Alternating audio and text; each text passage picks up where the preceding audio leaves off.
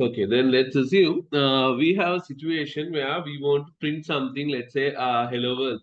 You want to print something, and then we'll quickly define a class. Let's say class test that we know already. And then we'll define the main method, public static void main, right? And then we have array declared in order to handle the command line arguments, string args, right?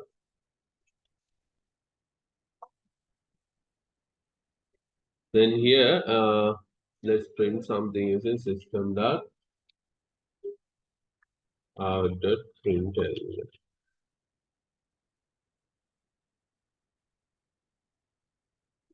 Hello, okay, Java is the best. Yeah, okay, let's say hello. We'll write what particular thing.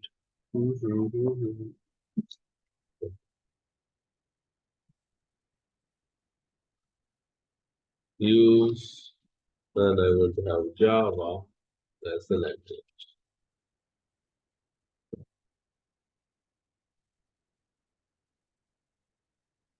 Okay, and then the semicolon, and let's save it.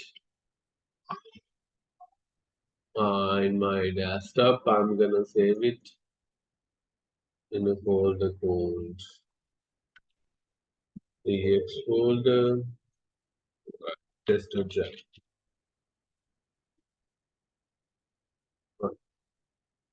Let's get into the ex folder. And okay, now how can we compile? What's the command to compile?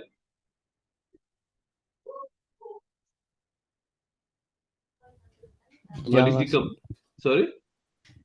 Java C. Okay, Java C space file name dot Java, and then if there is no errors, if there is no syntax errors, it will create the Java bytecode with this class name with dot class extension, and then you could run the file, execute it by typing Java space the class file name without dot class extension. Right now, but if I write like this, Java space file name dot Java, what will happen? If I type Java space file name dot Java, right? Otherwise, we have to type Java C space file name dot Java and Java class file name.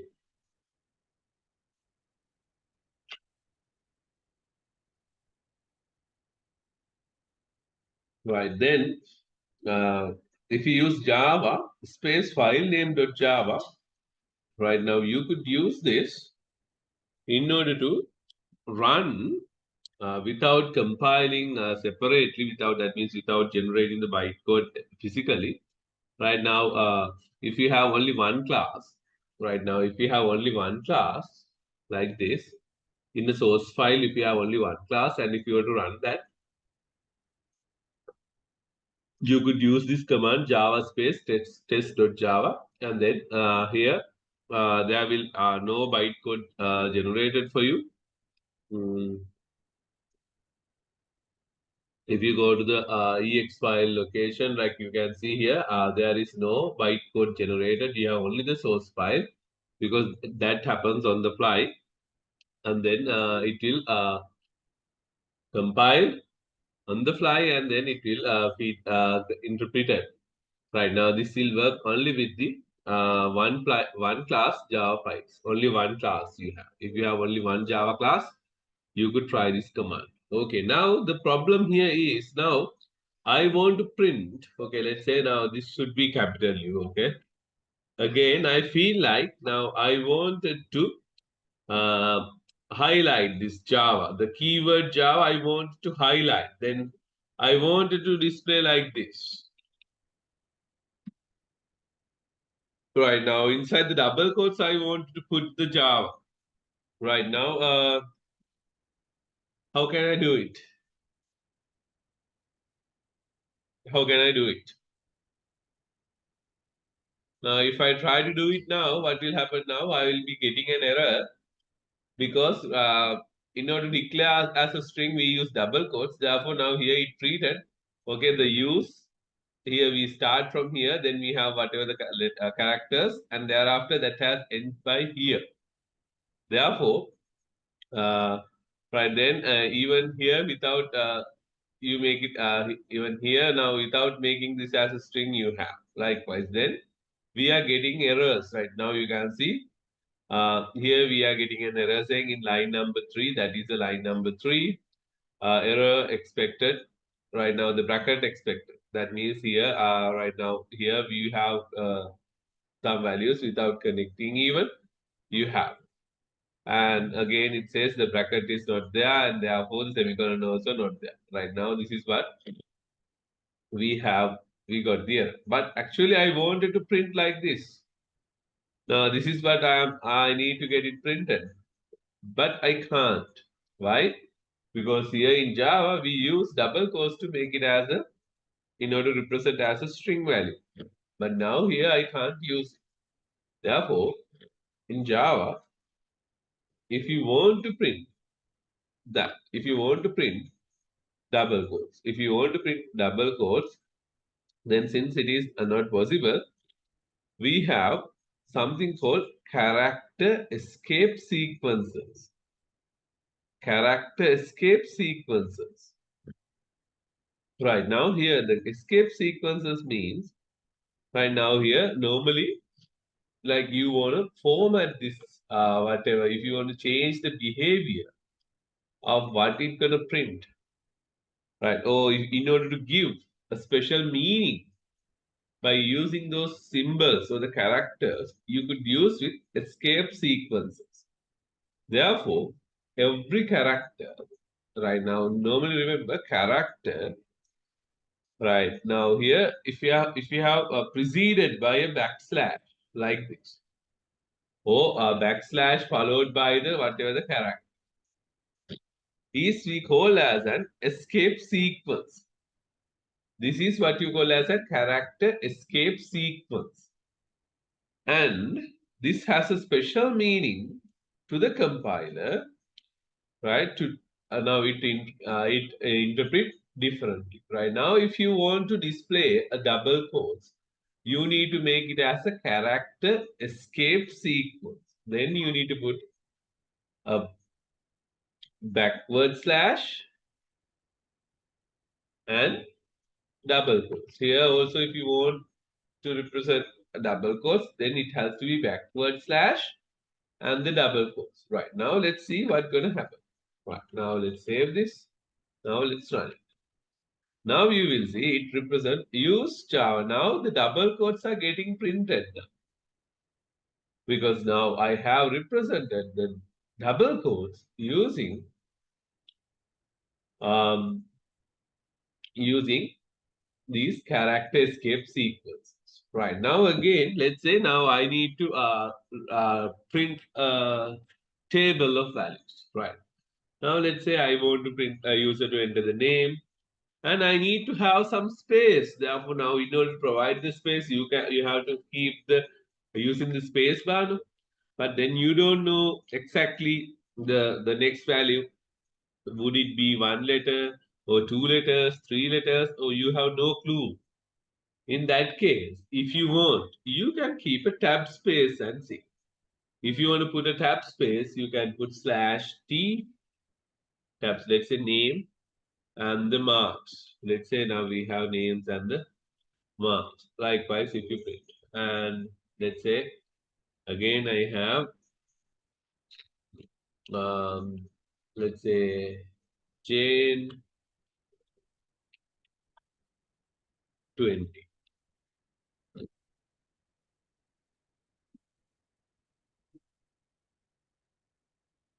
And 45. Likewise, I'm going to have some values. Right now, if I run this, now you can see here I can have a tab space. Now, even if I have kept spaces here, let's say, rather using a tab space, if I have kept spaces, 1, 2, 3, and here also 1, 2, 3,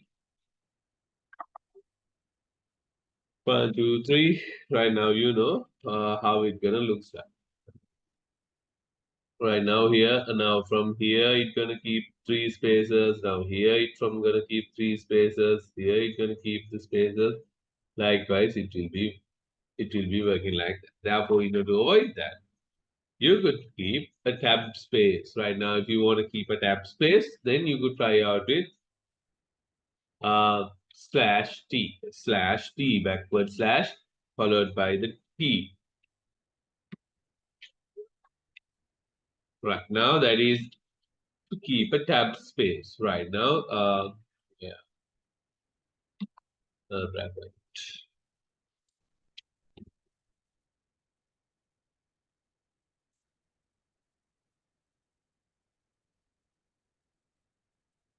Right now, that is how you keep a tab space. Right.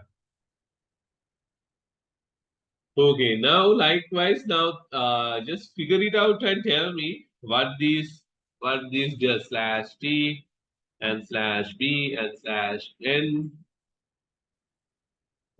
slash t slash b and slash n and slash r then slash f. Not sure what is it. Anyway, let's try out and slash single quotes and slash double quotes. Right now, normally the single quotes will work with even without the character escape sequences. And like okay. Now try out these and tell me what happens with these. Now what will be the output if you use those? Okay, quickly try out and tell me.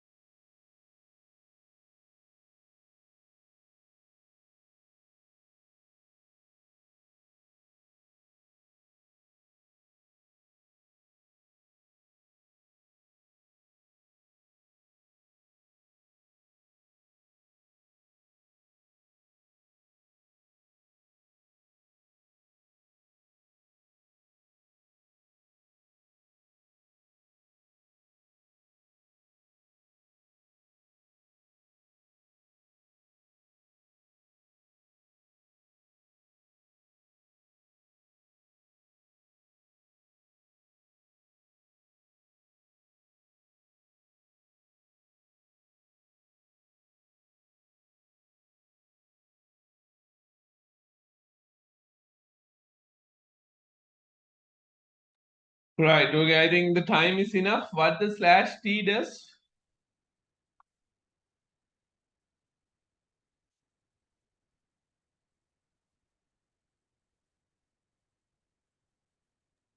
Tab space.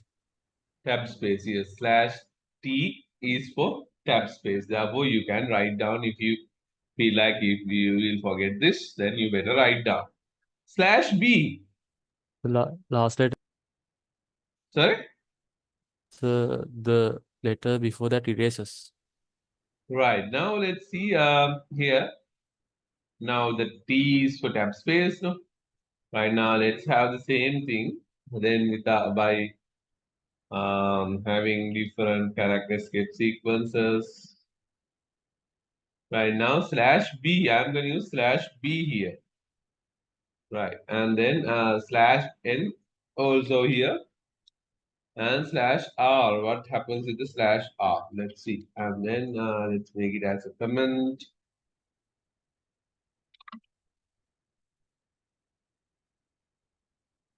Right, now what happens?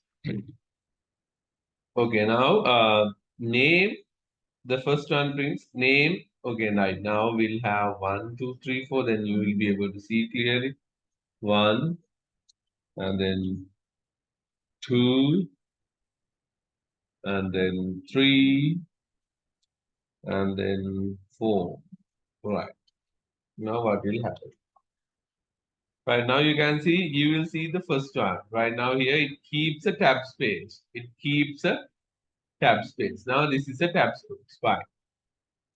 Now when you use the slash b, what's wrong here? There's a backspace. What's the score? Right now, Key is removed. that gives you a backspace. Slash b is the backspace here. Now, right, when you add a name after this, if you put a backspace, what will happen? That will remove the character. That means if you insert a backspace here, if you insert a backspace, therefore this one, it looks like right now, that means E will get removed because that means you are inserting a backspace. Right now, slash B for backspace. Slash N. Right now, what happens when you put slash N? It goes 2 lines. Yes, it goes to the new line. The slash N is the insert a new line. Slash N is insert a new line. Right now, thereafter slash R. The before word get erases. Right now, now what happens? Right now, if you use slash R, what happens here? Right now, you can see this displays like marks and E, right? Yeah. It represents marks and E.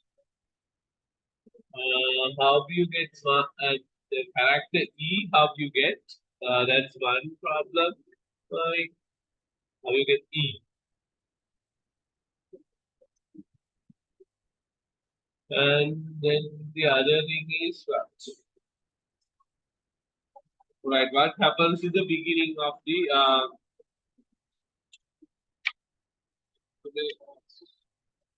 No, I didn't get the E.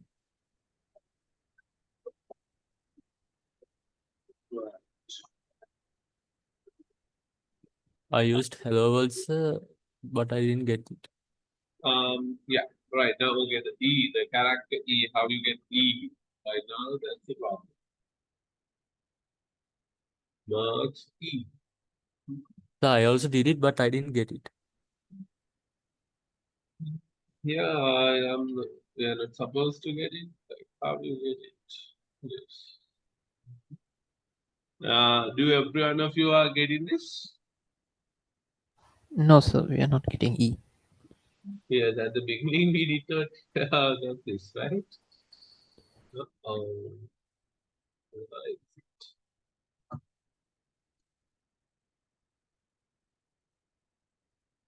Marks, right.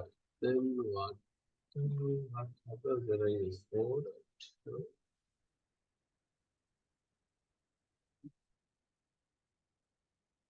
Okay. Let's just use the dot.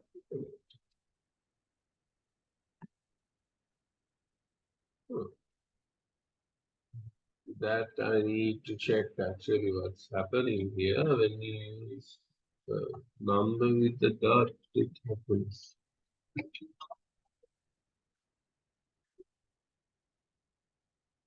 Right, where is it?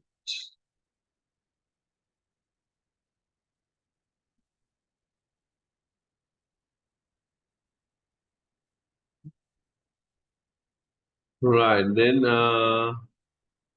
okay, it's supposed to print marks and then okay, let's think without this and I'll let you know. I have to check why that one dot gives you e character at the end. That I'm not sure. Right, that I have to check. Right, okay, now here we said this is the tab space, this is the backspace, this is the new line character. Right now it prints and moves the cursor to the next line. And slash R is for carriage return. Now that is what you call as carriage return.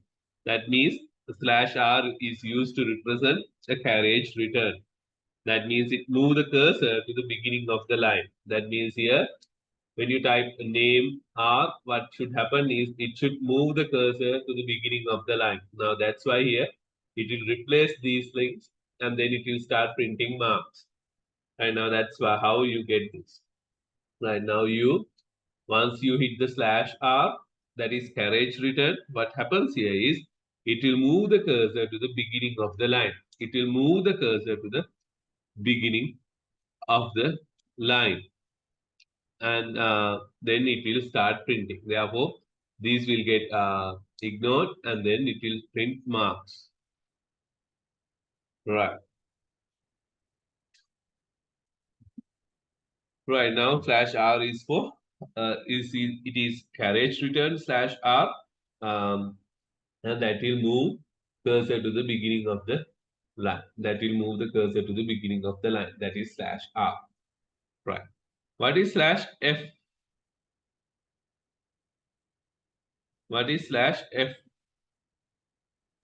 I got a symbol, sir. Creating a symbol. What kind of symbol? Like Male, it's female symbol. Okay, let's use slash F and see. Right. Slash F. Right now, here it prints name and marks. Right now, here it just give me like this now without I don't see any difference here. Right now, here it use slash F only. Right now you can see here nothing. I got it like now, but right now slash F is for form feed. Right now that is the form feed. When you have to use the form feeds, like you can use slash F character escape sequence. Right now slash F is for insert the form feed in the text at the given point. Insert a form feed for the text at the given point. Right now, for an example, right now, since we are using the console, right now here, let's say we have name, and we have name, and then we have slash F, and then if we have something else, right now, it would ignore this. Okay, let me show you. Name and colon, and let me use that.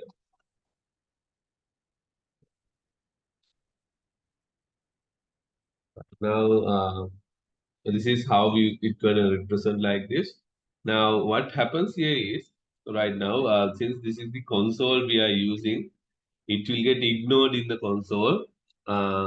Therefore, this will get ignored in the console. Right? Slash F is used to have the form feed. right? Form feed in the sense, this is a control character. That means when it comes to printer, now this used to advance the to print on the start of the next page. Now that means to start the print from the next page. Like now, let's say you are in halfway through on the first page, and then form feed is to start print from beginning of the first page. Right now, that is how the /f is used to right now. But now here it doesn't go to the next page. Now what happens here is it will go to the next line and it will keep one line space, and here, and it will start printing from here, right? But originally, the /f, which is escape sequence, we call it as a form feed. Now that is a control character that used to advance the printer to the start of the next page. Therefore, it will stop from the it will from here the cursor should be here, no? And afterwards go to the next page beginning. That's what the form feed is working. But remember, now since we are using consoles, here the behavior of the form feed is most of the consoles will ignore. Therefore, that won't do any visual impact like apart from this, right? Therefore, that is how you use the form feed, right? Right now, even here, if you use in the same line, name and name, and right, likewise, and this one, let's say, stop. We'll have something like this. Right now, when you have the name and like you can see here, what happens?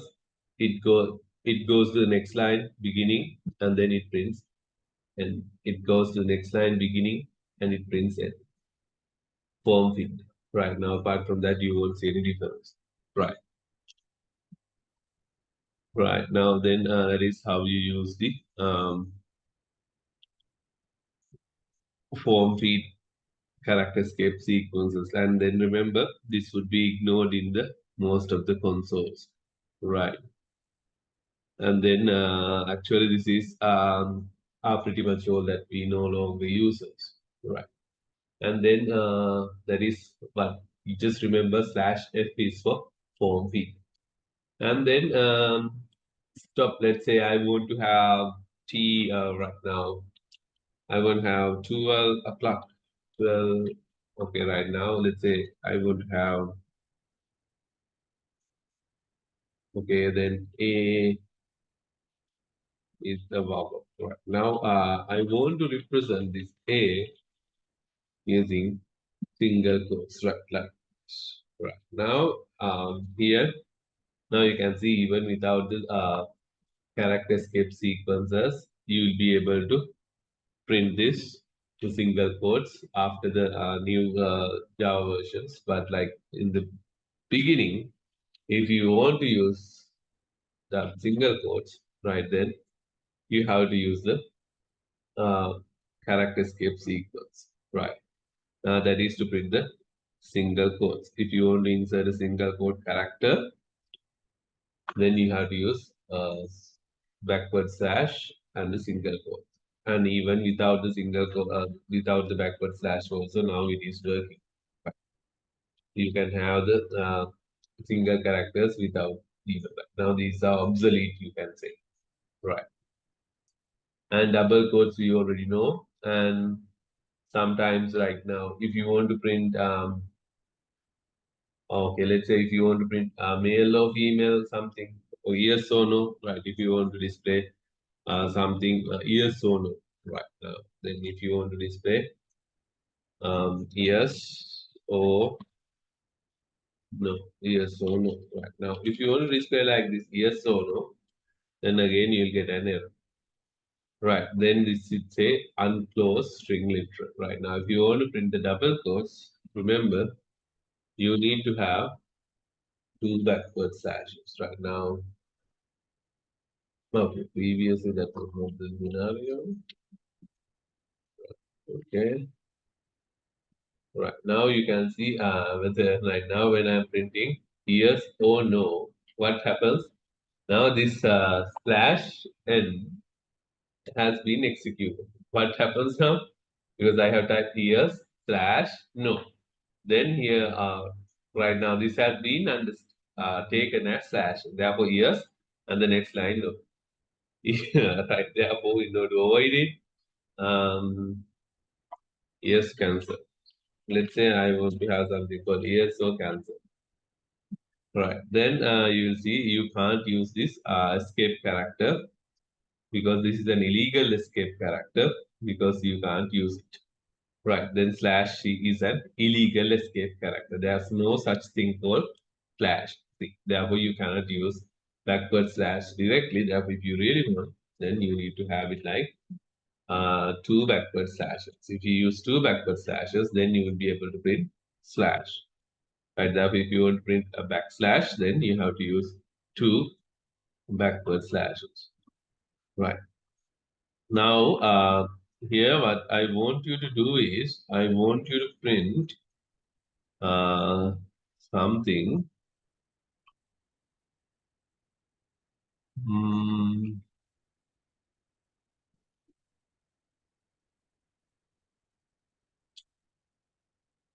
Right now, like this. The output should be this. Send me the answer via chat. Right now, using only one system.out.println, you have to do it. Try the first exercise.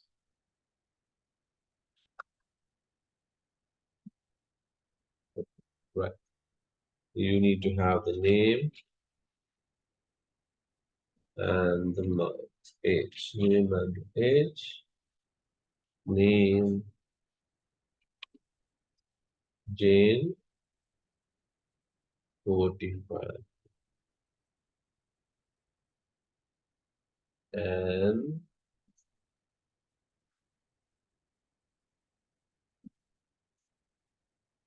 23.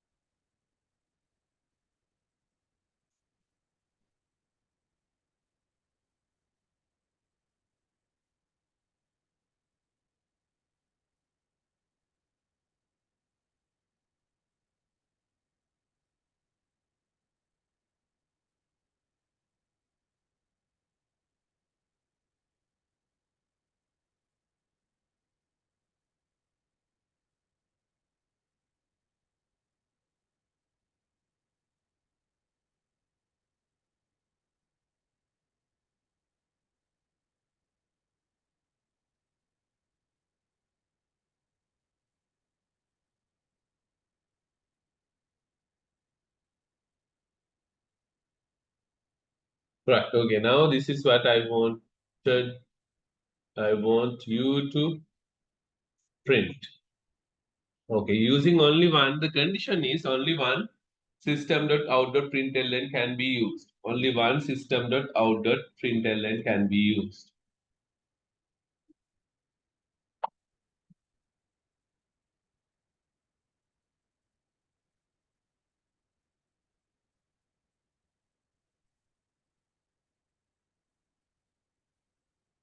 Right. Now only one system.out.println can be used. Then this should be the output. Okay. Try out quickly and send it to me.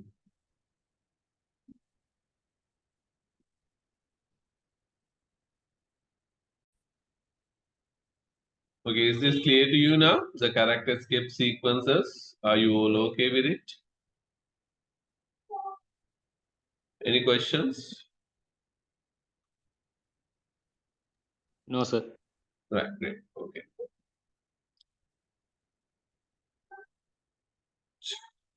Still, you guys are sending me the answers.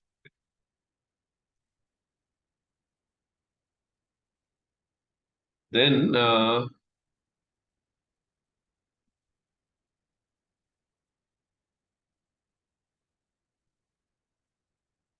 we discuss about data types, and thereafter we discuss about character escape sequences, right? And then we have to talk about the operators, right? Now, before I talk about the operators, I thought of talk about the system inputs right now, how to take the system inputs right now. Before I talk about the operators, now let's talk about how to take a user input right now. The user input, in the sense, we know that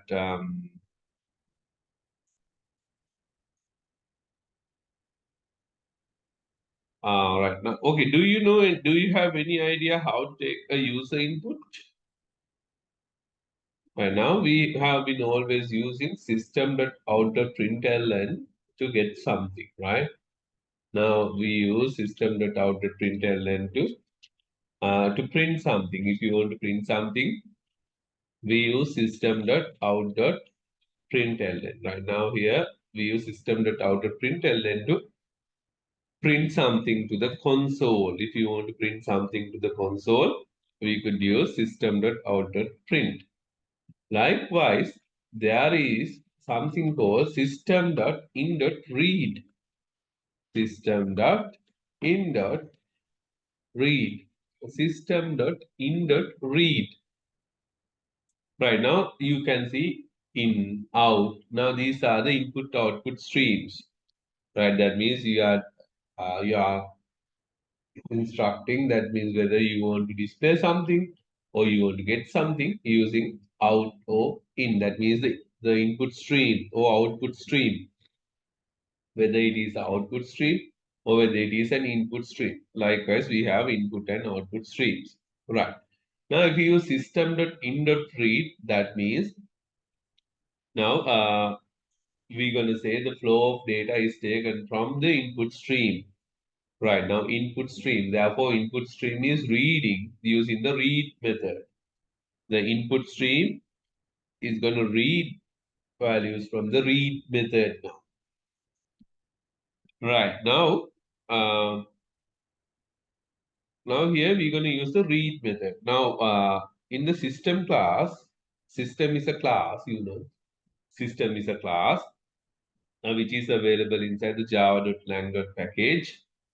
And system is a class, right? Therefore, that is a static class. Therefore, at the moment, you don't know what is a static class now. Then we will discuss later on. And then the class is not a static, system is a class. Right now, there are right now which is inside Java language package. In is a right, system is a class. In is a static data member. In is a static data member. Right now. Right now, we're going to talk about this system.in.read method. Right now the read method is a right. We're going to take an input from the user. Right now, if you can remember, at the very first day we discussed that in Java we have like security features. We have Java security features, and then if you assume that if you suspect that some code may give you an error during the runtime, then you need to handle those. Therefore, those we call as exceptions. Right now, for an example, you are trying to now, okay, let's say you are trying to read the file, but the file is not available. And then you are trying to open the file, that file is not available on that location. Then that will give you an error. Right now, you are trying to do some division. When you are asked user to enter the two numbers and you perform the division, but user may enter 0 as the second number. Then first number you add it by 0. Then you will be encountered some errors. Likewise, there may be errors. Therefore, in such situation, you could handle those by indicating, right now this will give an exception or throw an exception, or by using exception handling. Right now, since just forget about this. Right now, here, if you are suspect, this might give you an error, then you could put that inside a try block. Right now, there's something called try. We're gonna discuss that later on. We can have the code inside a try block, and if there is an error occurred during this block, then that should be handled by this catch clause. Right now, we have to specify which type of an error is that, and then we can handle it. Right now, I'm gonna have an exception. Okay, exception is a superclass of it. Just forget about it. Now just think like this is what you have to use. You must use it. Right now, let's say I'm gonna display something called if there's an error. Now I'm gonna say error occurred.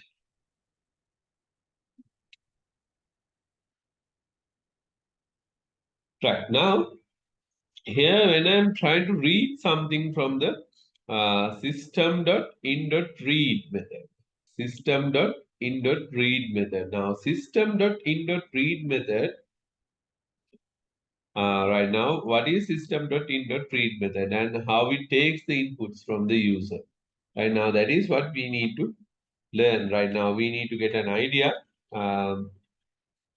whether in system.in.read method, right, how to use it and what does it has, and what type of value it takes or what type of values it returns. Now, that is what we need to learn. Right now, read system.in.read. Read is a method which reads a byte value. Right now, system.in.read method reads the next byte of data from the input stream. Right now, that would return next byte. Right now, that would read the next byte from the. Now it would read the next byte of data from the input stream, next byte of data from the input stream, and return as an integer. Right now, it will return as an integer. Right now, it will read the next byte from the input data and then return as an integer. Right now, let's see. Right now, what happens here? Right now, for an example, I'm going to have a variable here, integer number, let's say n equals system.read. I will ask user to enter a number, right? And then let's print the number. Right now, user input, we will just print like this. Whatever the number user input, we would print like this. Right now, okay. Now let's run it and see what's gonna happen. Right now, it will ask us to enter a number. Let's say I'm gonna enter 0. Okay, then let's say I'm gonna have it as an input. Right now. Okay, now it will say input. Now, by any chance, now let's right. Okay, then if I type capital A, it gives me 65. If I type capital B, it gives me 66. If I type 1, it gives me 49. If I type 2, it gives me 50. If I type simple A, it gives me 97. Right now, if I type simple B, it gives me 98. If I type plus operator, 43. If it is minus operator, 45. If it is multiplication, 42. If it is curly bracket, 123. If likewise, I'm getting some values right now. From these, you could figure out what are these symbols and do you remember anything? By looking at this, would you be able to tell anything? What is this?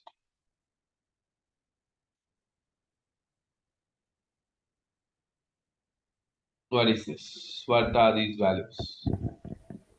ASCII value of Yes, now these are the ASCII values. It reads the next byte and then because right now the read method read the next byte of the data, and then it returns as an integer. Right now, even if you type two characters, right now, if you type A, B, Z, if you type A, B, C, it would display 65. Even if you type A, it would display capital A, 65. Even if you type A, B, 65. Therefore, it will read only the next byte. It will read only the next byte. That means it will read only one character, not a word. It will read only one character at a time. Read only one character, and then it returns as an integer value. That means it will return the character encoding value, character encoded value as an integer. Now we know that Java characters are encoded with Unicode, or it works with ASCII code, like last week we discussed, and it works with Unicode, or it works with ASCII values. Then while we are doing this, we discussed that if you can remember, capital A is represented by 65, capital B represented by in Unicode or ASCII 66. Likewise, then right now, this is what happens right now. Using the input.read method, we could read only one character at a time. You could read only one character at a time, and again, that would return that specific character encoded value as an integer. Right, the character encoded value as an integer. Right now, that is what happens when you work with the system.in.read method. Right now, if you want to get, right now, you have to try it like this. Okay. And also, okay, quickly try out this. And thereafter, I will show you another way of declaring this.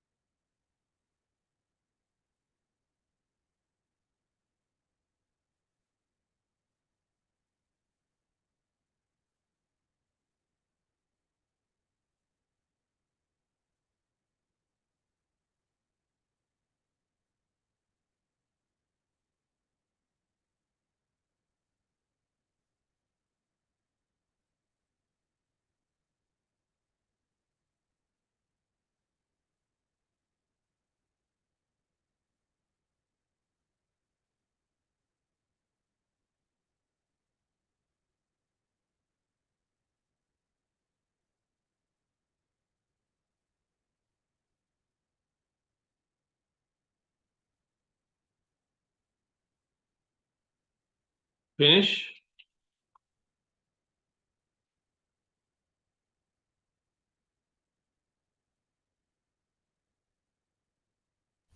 Yes, sir.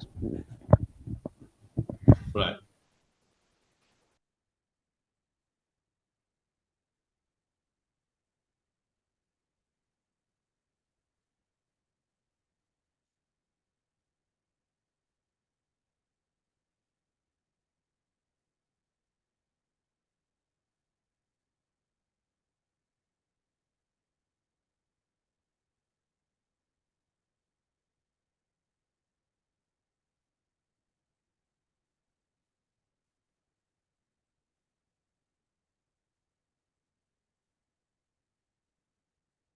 Right. Then, okay,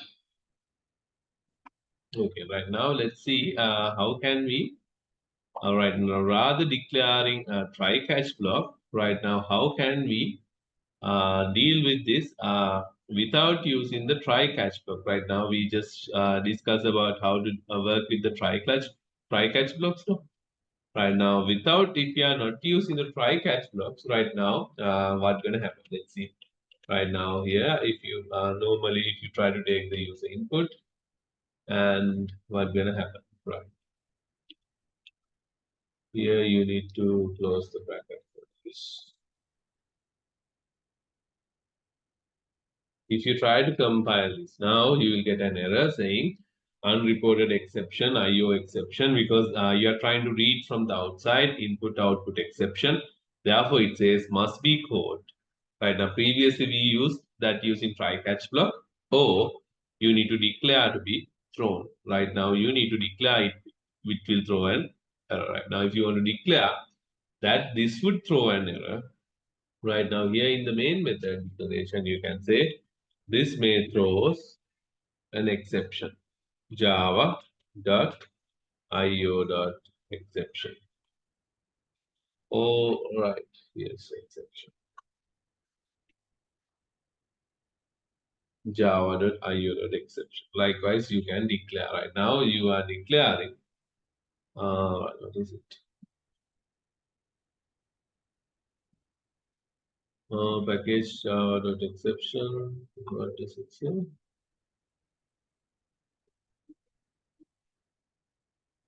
IO. Yes, simple IO.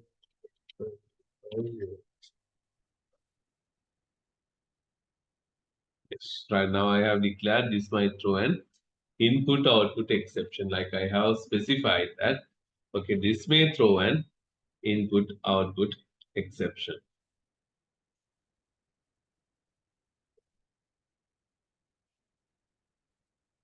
Right now, this is I have mentioned this would throw an input output exception.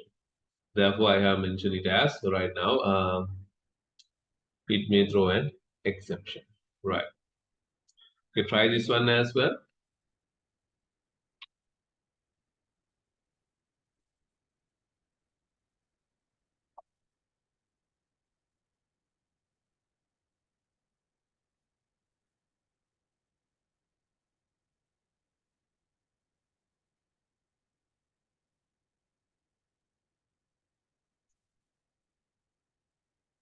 If you don't want to mention it as a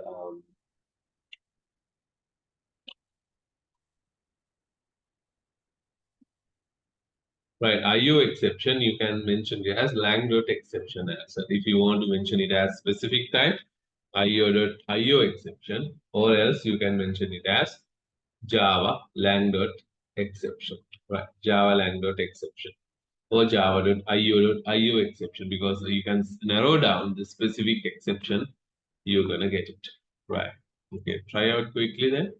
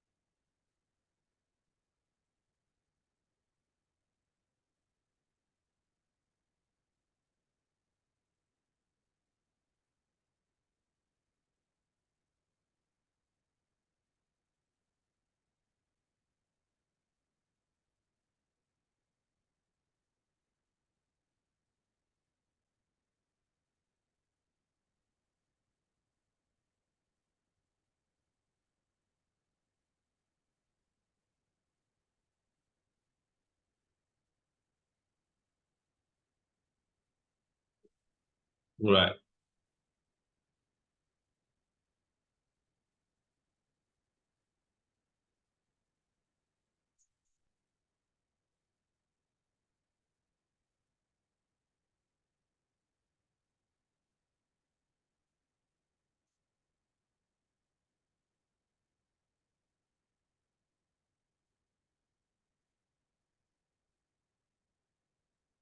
Okay, any questions? Did you try out? Are you okay with it? Shall we continue?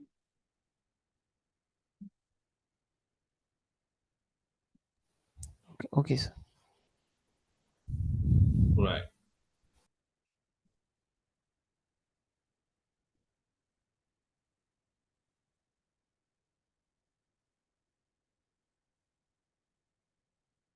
Okay, then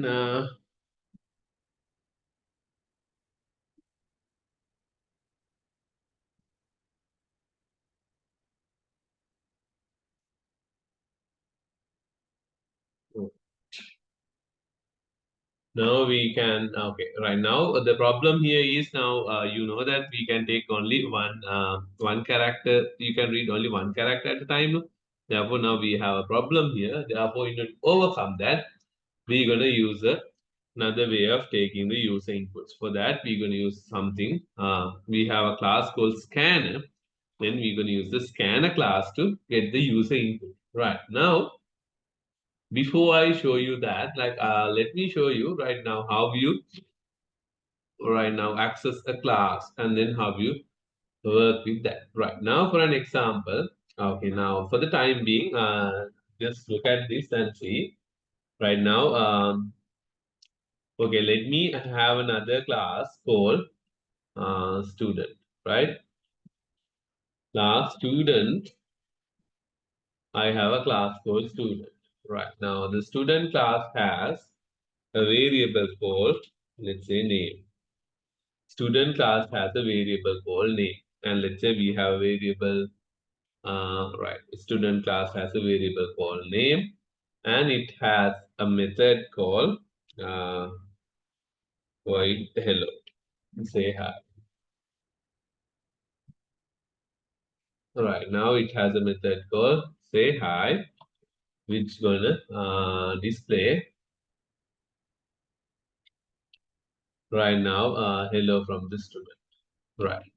There is a class called student, and the student class has a variable called name, and it gonna there's a method called hello from student. Hello from student. Right.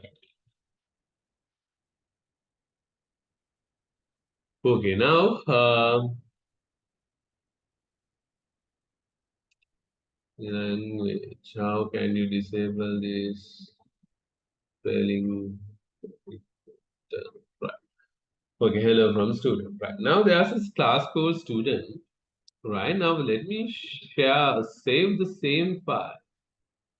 Okay, in the same location. Right now, as a student on shop. Right now, I think at the beginning you asked a question as well. What is a reference type variant? Now I'm gonna answer that question. All right, but my bad. I have saved as right now. Let me save it as again student.java. Student.java. Right. Okay. Right now I have saved it as student.java, and then you can see in the same folder there are, okay, let me show you the folder. We have the test file, test.java, and the student.java. Right now, both are in the same place. Okay. Now, right now, from this student class, right now, if I want to run this method, if I want to run this method, the method name is say hi. If I want to run this method, I have to, like that means you know that the main method is the starting point of the execution that we discussed now. In Java, the main method is the starting point of the execution that we discussed. Right now here, we need to have main method to run. Right, okay, now we no longer use it. Right, now we need to have a main method to run. Okay, from here, I want to run the student class this method, right? And let's say here we have a value also for the variable name. We have Jane Doe, right? Right now, now how can I access that? How can I access the student class? Right now, for that, I have to create an object from the student class. Okay, for the time being, just try to understand, and then anyway we will be doing this in later on, more detailed way. Right now, I want to create an object. Right now, I have to create an object of the student class. Then you might ask, okay, what is an object? What is a class? Right. Now, then that question you should ask. Right. Now, here, using a class, we can create any number of objects. This is a class, right? Therefore, we call the class is a template. Java class is a template. Java class is a template. Class is a template. Right. Class is a template. Therefore, class is a template. Based on the class, using a class, you could create any number of objects. So using a Java class, you could create any number of objects. Right. Since you could create any number of objects using a class, right now, what is the difference between a class versus an object?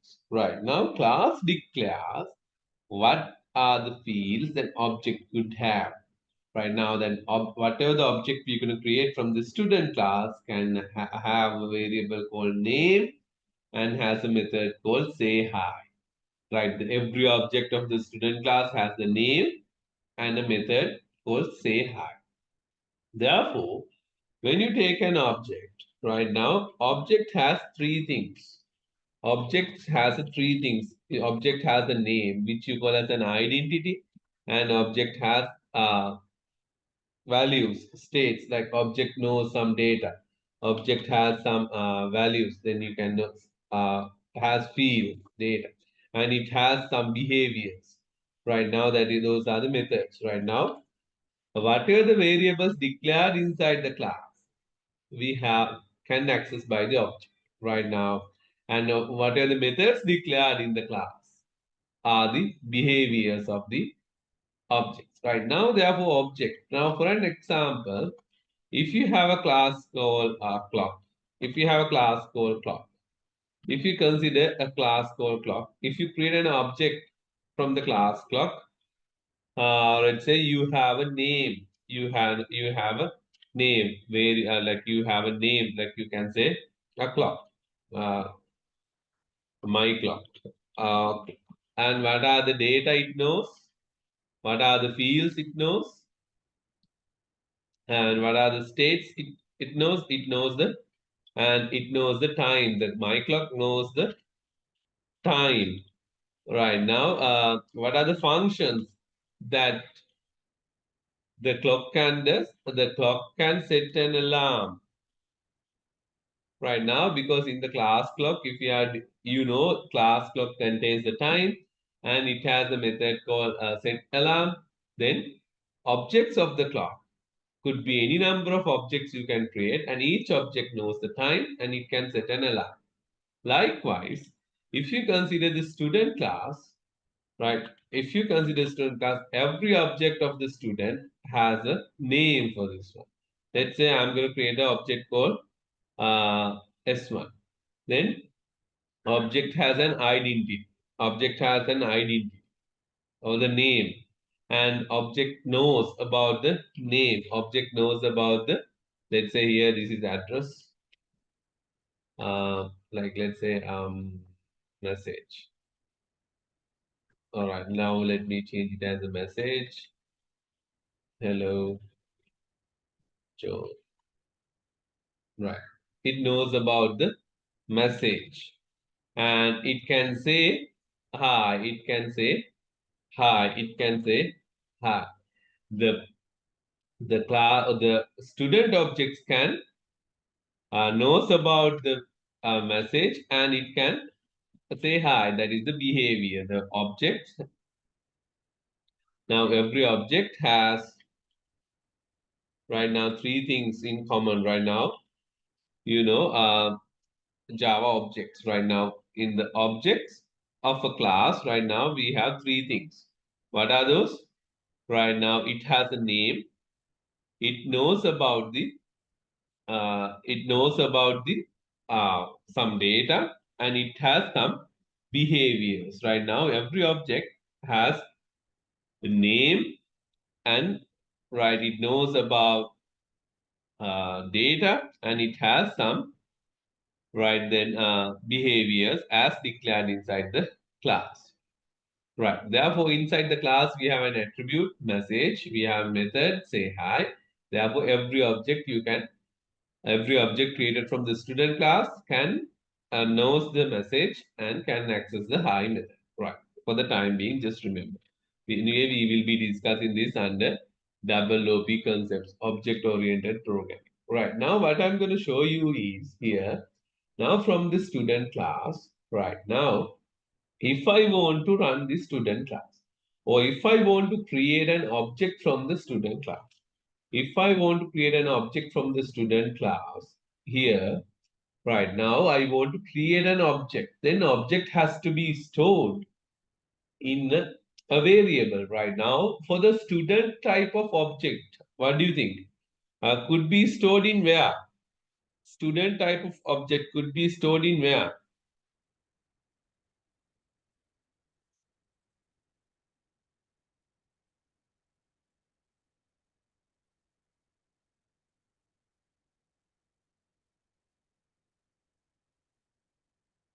What do you think? Now, if it is an integer type of variable, you need to store, right? Then what type of variable you should use in order to store an integer type of variable?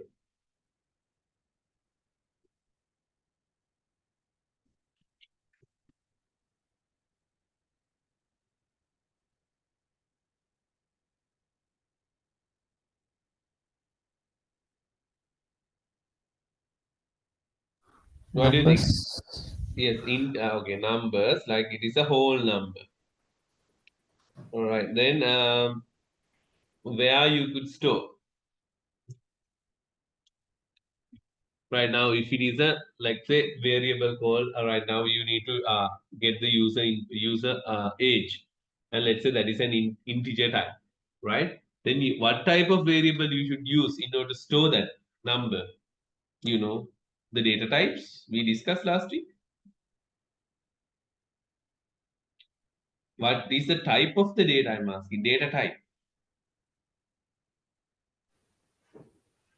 Yes. Simple. I have already mentioned the type as well. You want to take a number and you need to store it. What should be the type of the variable? Now we have to, when you're declaring a variable, we discussed that variable type, data type, and variable name, right? Okay. Variable type and variable name. That is how you declare the variable. Right now, I want to get a number from the user, a whole number, integer number, and I want to say then the variable name is marks. What should be the type of the variable? Int. Integer. Yes, exactly.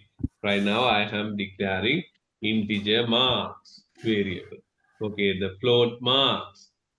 Right. Likewise, I am declaring string name. Likewise, here string message. Likewise, I am declaring variables. Right. Now, here I want to store an object from the student class. Right now, I want to create an object from the student class. The student values I want to store. Therefore, what should be the type of that variable? That has to be student, because I want to store student, create a student object. Therefore, that has to be a student type. Therefore, student type. Now, this is what you call as a reference data type. Reference data type. Why? You are referring to a student class right now. This is the student class, right? You are referring to the student class data type. Right now, student let's say S1, the student STU is the student object, STU object. You can have any name for it, identity, a name. Right, then student STU. Right, now this is how you declare student type of variable. Now you declare student type of variable called STU. It's same as integer age, integer marks, string name, same. See, if you have integer x, same the data type here, data type here. Right now, again, if you can remember when we were discussing about this, the reference data types always start with a capital letter, and the primitive data types always start with a simple letter. If you can remember, now you should be able to see that, right? Okay, now this is a reference data type. Why? We are referring to a class. We are referring to a class. This is what I have made. Student class, user made class. I'm referring to that particular class. Data type is the student. Variable name is STU. Now this is what you call as the reference data type. Did I make you more confused or is it clear about the reference data types? Hello, did I make you more confused or is it clear? Clear, sir. Right. Then, okay, now I want to create an object of the class student. Right now, remember, class is the template. Class is the template. We said blueprint or template.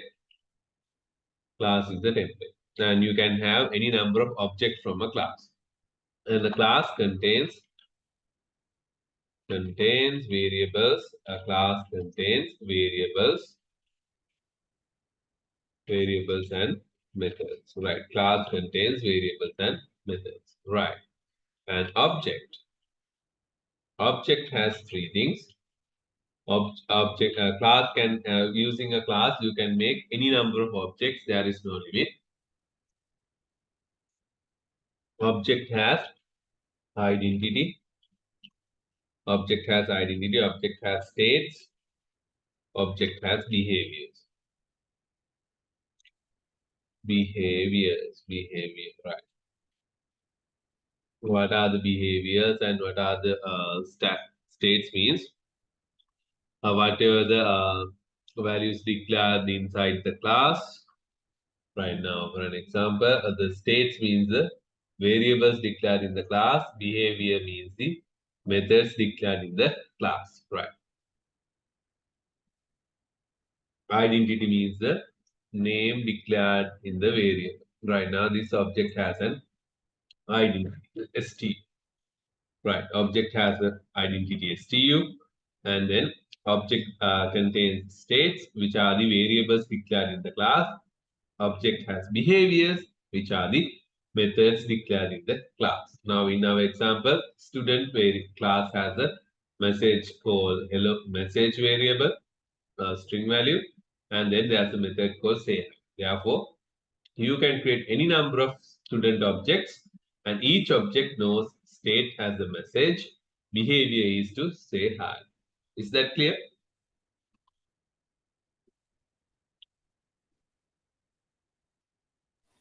Yes or no? Yes, sir. Right. Okay, then I'm going to create, all right, now, okay, this is for your reference, right. Okay, then we're going to talk about how to create an object. Right, now if you want to create an object, we have to, right, if it is an integer variable, how you say integer x, that's it, right, x equals 10, you assign a value.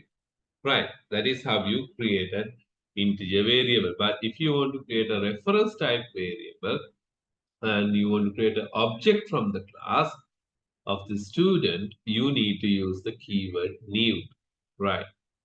you have to use the keyword new.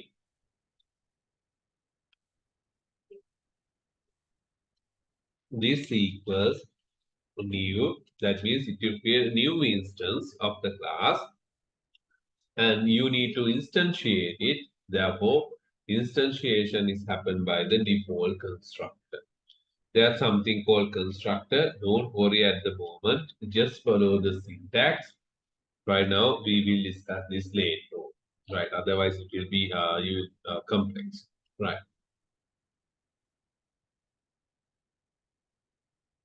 You create student stu equals new student. Right. This is how you create a new object. This is a variable, reference variable type, variable name. Use the new keyword to create an instance of the class, and then you call the constructor to initialize it. Right. Now, if you now you can access the values by this variable name. Right now, this the class name is stu. Then you can say stu dot. If you want to print the message here, variable name is message stu dot message. Right now, you could print it, and even if you want to change it, like you can access it by stu dot message equals hello.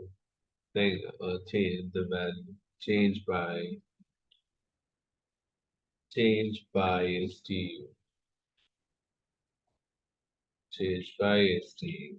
Right now,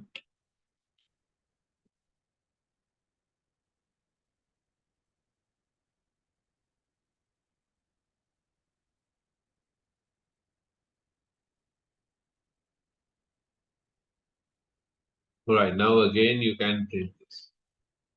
Right then, right, and also if you want to call the method, you can call stu dot say hi. That is the method.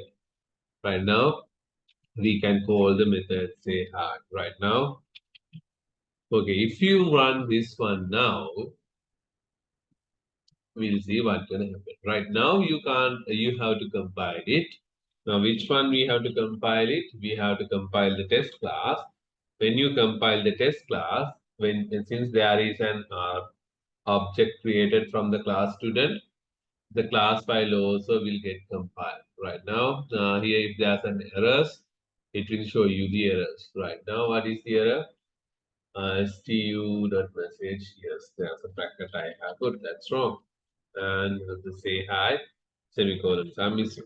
Right. Right now, if there is an error, right now, again, what it says in the student class, hello from student, unclosed string literal. We have not put the double quotes there. Right. Now, if there are no errors, then it would create the class files for both. Right. See, it would create the class files for both. And then we can compile and then we can run it. Now, Java test without the test. Then initially when you print the stu.message, it will say hello John. And when you say stu.message changed by stu, then you have changed the text saying changed by stu. And when you print the when you call the say hi method, it says hello from student. Right. Now again, not only one object. Now let me create another object as well. So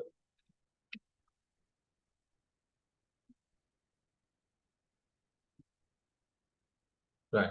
Now here, let's say this is S1 and this is S2. Right now here, if you want to print the S1 dot message,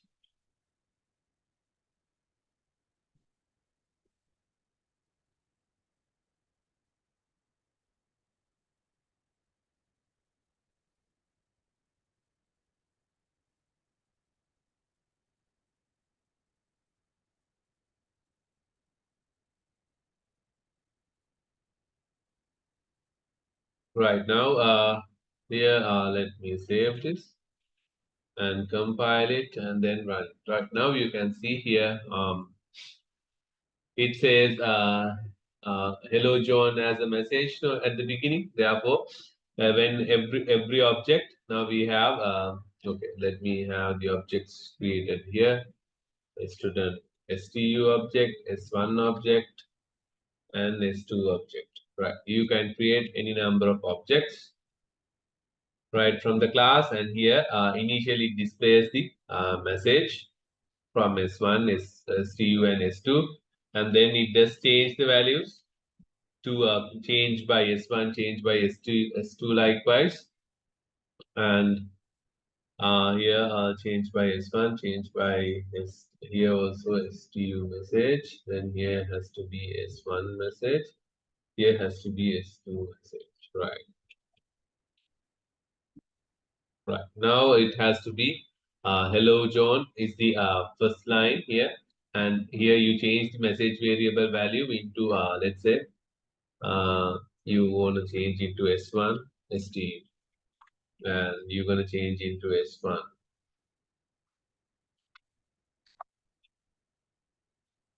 And if you want to change into S2,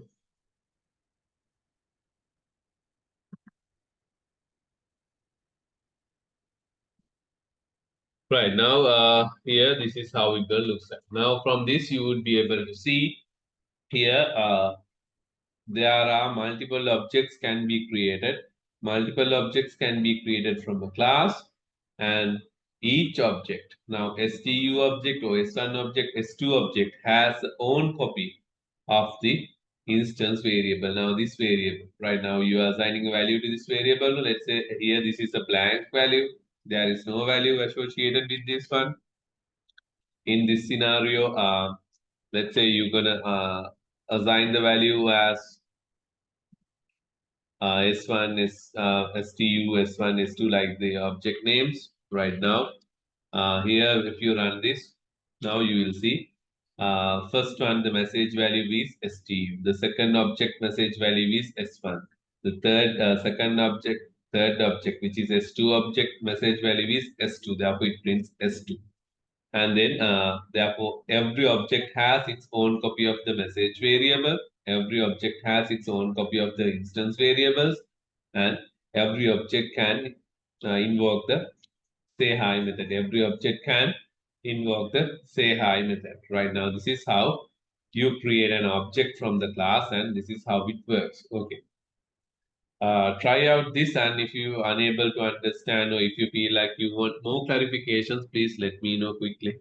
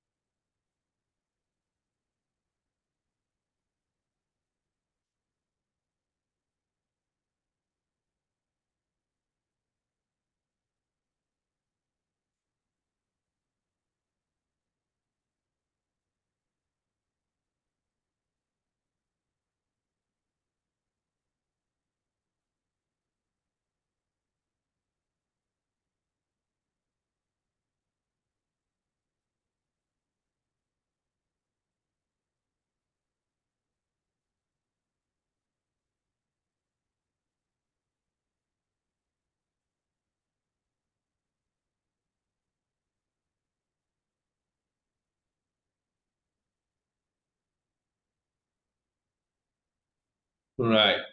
Okay, any questions? Are you okay with now?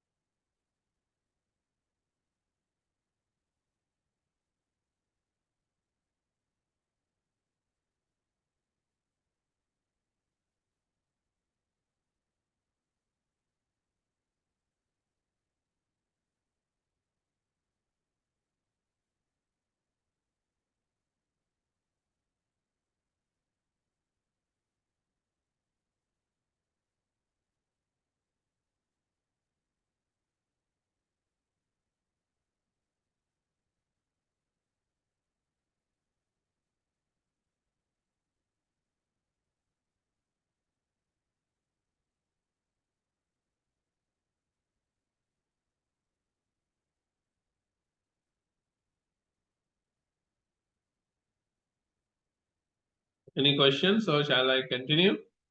Did you try out this? Okay, sir. Right. Now, we were talking about taking an user input from the user. No? Right now, we know to take the user input from the user. Now we have to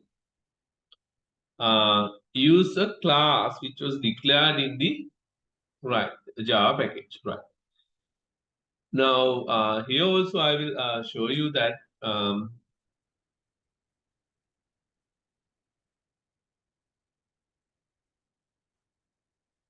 right. Then, yeah, for an example, now let me do a small change to this one. Let's say the student class here is inside a package. Let's assume, okay? Now let's assume the student class is inside the package. Right now, let me create another folder called code. Right now, this is inside the code package, right? Now let me put this. Okay, then let me open it from there.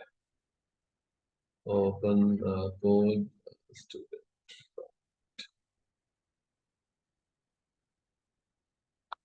Okay, now here we have a package now. Okay, now we have a package. That package is now right now that is the package we have, and right now this package we have code. Package name is code. The package name is code. Right now, therefore, we can if you want to run this one now, we need to indicate that, okay, this class, right now we need to have the access. Therefore, let's modify this one as public access. And then these variables also, please change as public. This method also change as public because that is how you provide the access, right? And then since the student class is inside a package, we need to define, okay, you are inside the package code. You are inside the package code that we need to define. We need to define, okay, you are inside the package code. Right, okay, quickly do the change. Okay, create a folder called code in the same place and put the student file inside that. Right, inside the code folder, put the student file and open it. And then have this line and make the class as public, message as public, with method also as public. Okay, quickly do it.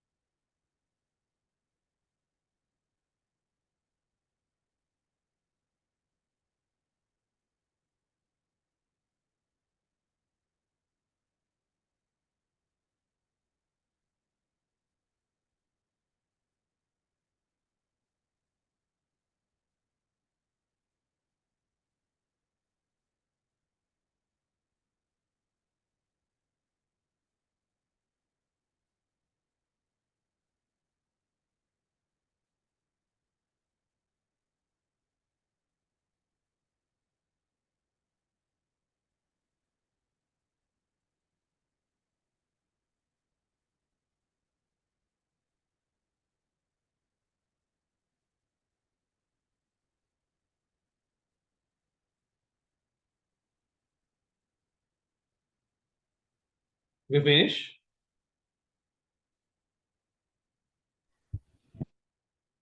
Yes, sir. Right. Now, okay, let's, is it working? When you try to run the test file, is it working? No, sir. Yeah, it is not working. Yeah, what does it says now?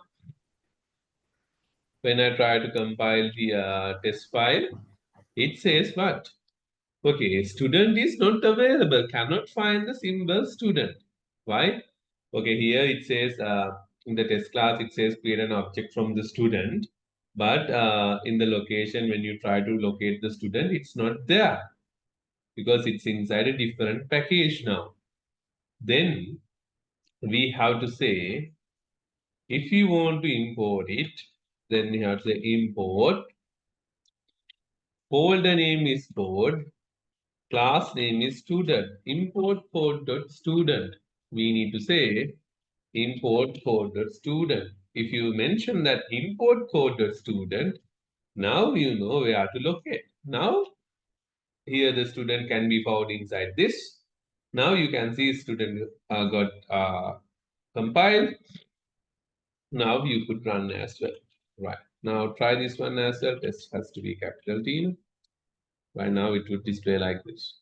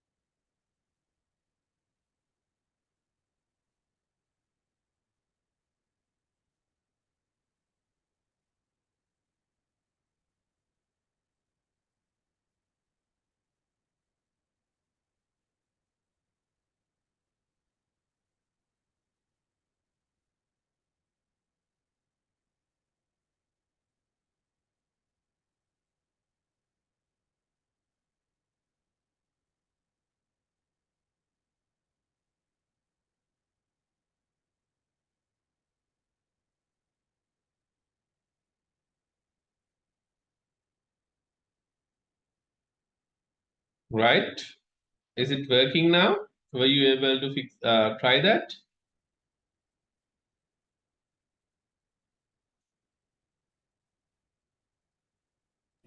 Yes, sir. Okay.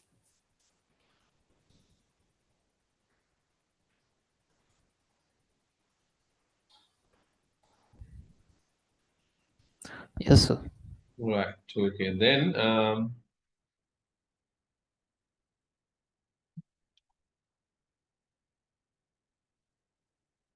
right. Then we have to discuss about right. Okay. Now we know.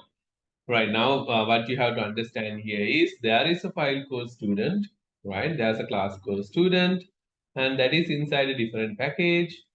And then since from the test class, I wanted to access the student right now in order just to display the method, just to display the, just to execute the method, um, just to execute the method, I have to use just object name dot say hi, because say hi method declared inside the student class.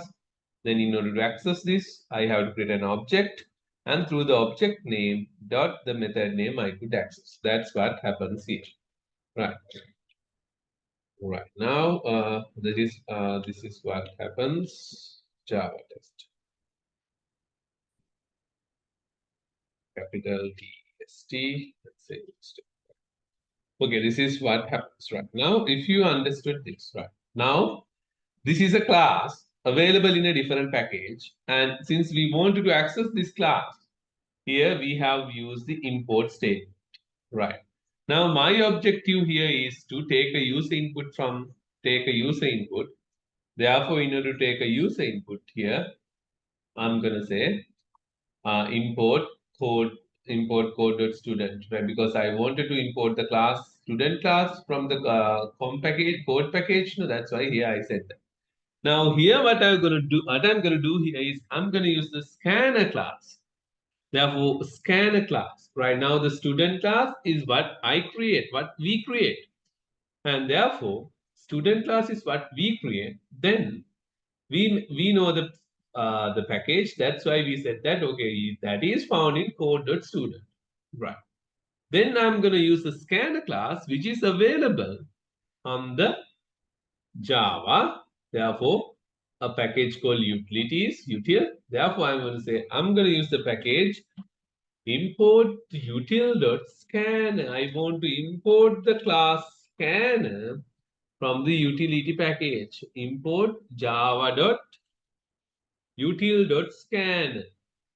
Import java.util.scan.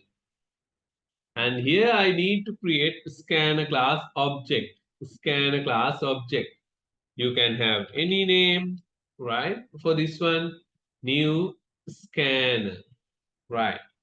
Scanner object name equals new scanner. Since I need to mention the input stream, the source is to read it from the input stream. Therefore, system.in. I need to mention what is the source of reading, what I should scan. That is from system.in. System.in. That I have to say system.in. Right. Okay. Then right.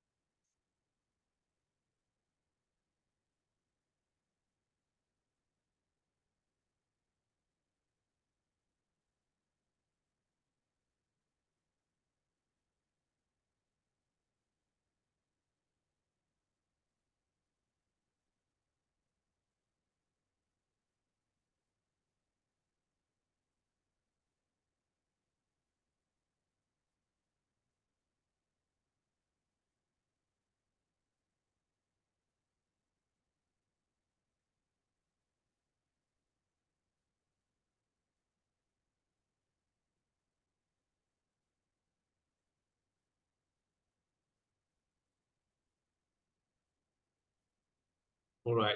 Then okay. Then okay. Try out this up to this point.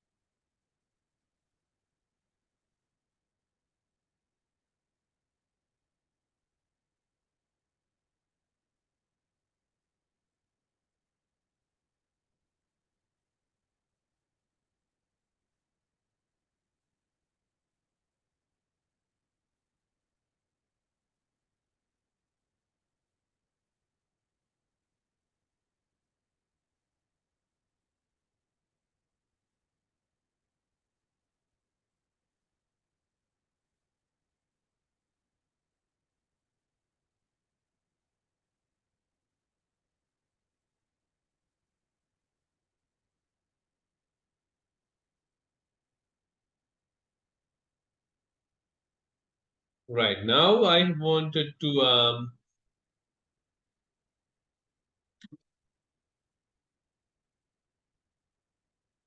get the all right now. I know that this I have created an object from the scanner. Right now, it's about getting the inputs right.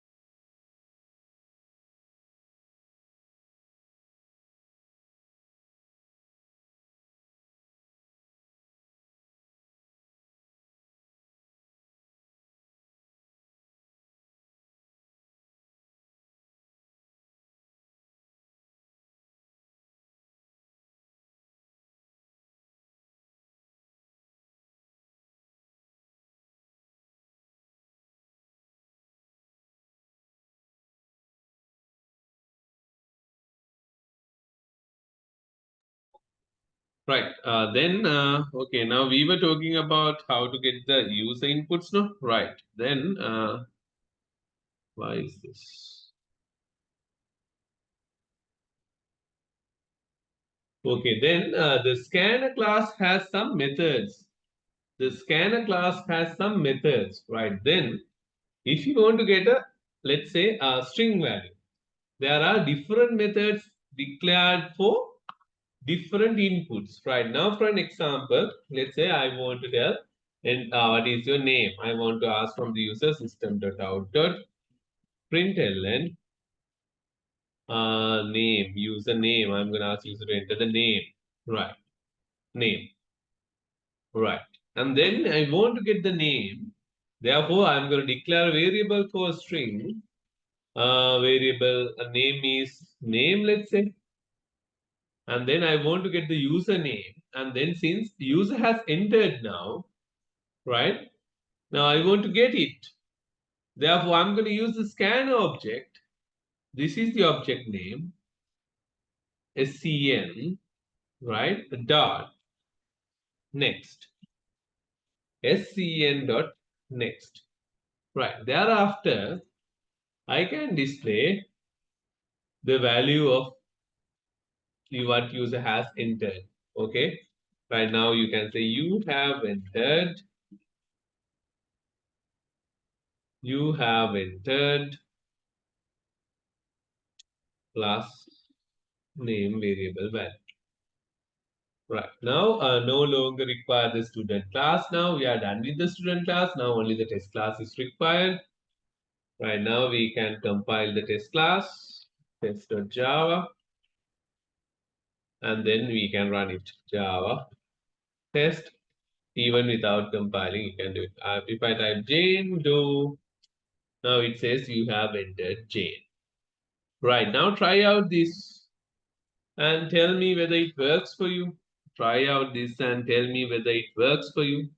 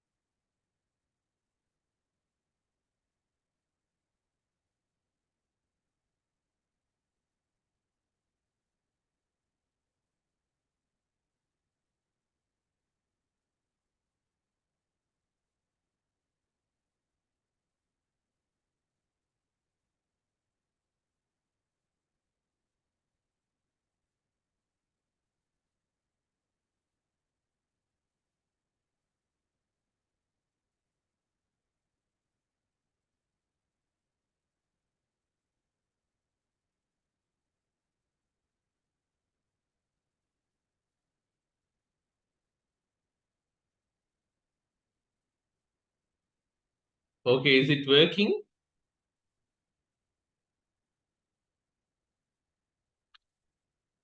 Is this working?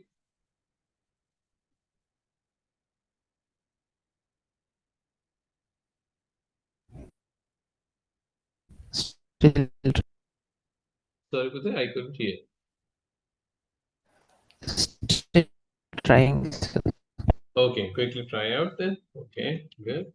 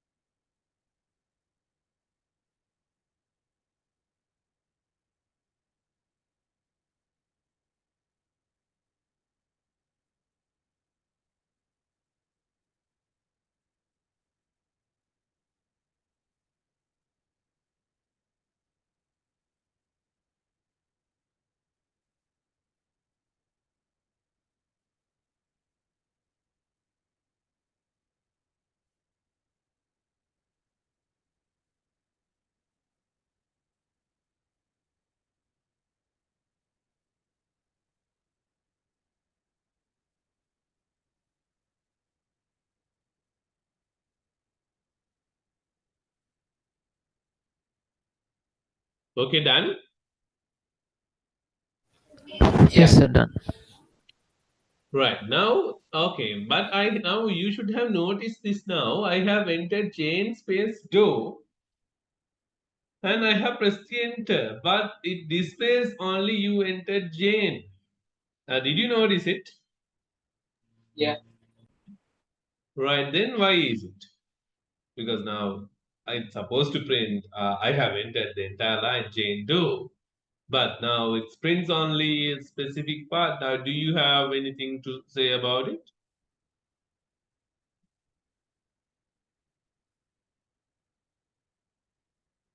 Anything? Only reading the Jane. Why is it? Okay, how it? Okay, right now tell me. If I run this A B C D E F G 1 2 3 4 5 6 7 8 9 hyphen 1 2 3. Now, if I press enter, will it print everything or only a part of it or what? Let's say A B C D hyphen E F G H hyphen 1 2 3 4 5 hyphen 6 7 8 9 0. Right. What do you think? What would be the output now if I enter like this? Now you can see it prints everything. But if I type A, B, C, D space, E, F, G, H, now it takes only A, B, C, D. Now, would you be able to tell me what's wrong here? Or what does it take? Yes, anyone please? So it doesn't select the values after the space. Exactly, yes. It will read up to the first space sign encounters. Right now, see here if it is whatever the characters you have, right, it will take it. But if you have a space and the rest of the things, then it will ignore the rest. Therefore, if you use the next method, now write down because it's a for most of you, it's the first time you're using the scanner classroom. Therefore, until you remember this, write down now the next method. Now, what does it right now? What does it input? Like now here, when you use the next method, likewise now you need to remember right now the next method now read only up to it reaches the first page, right? The next method read only the until it meets the first space, right? Right, now that you need to remember. Okay, next. And then, but now that is not usable right now because always like we need to get the entire thing, whatever you entered. In that case, you could say next line. Remember the next word start from the capital letter. Next line. Therefore, let's compile again. And let's run it again. Now, if you type Jane Doe space, whatever space, whatever, you can see it takes everything. Therefore, like the next line method, right? Therefore, it will read the entire values in the line. Next line method will read entire values in the line.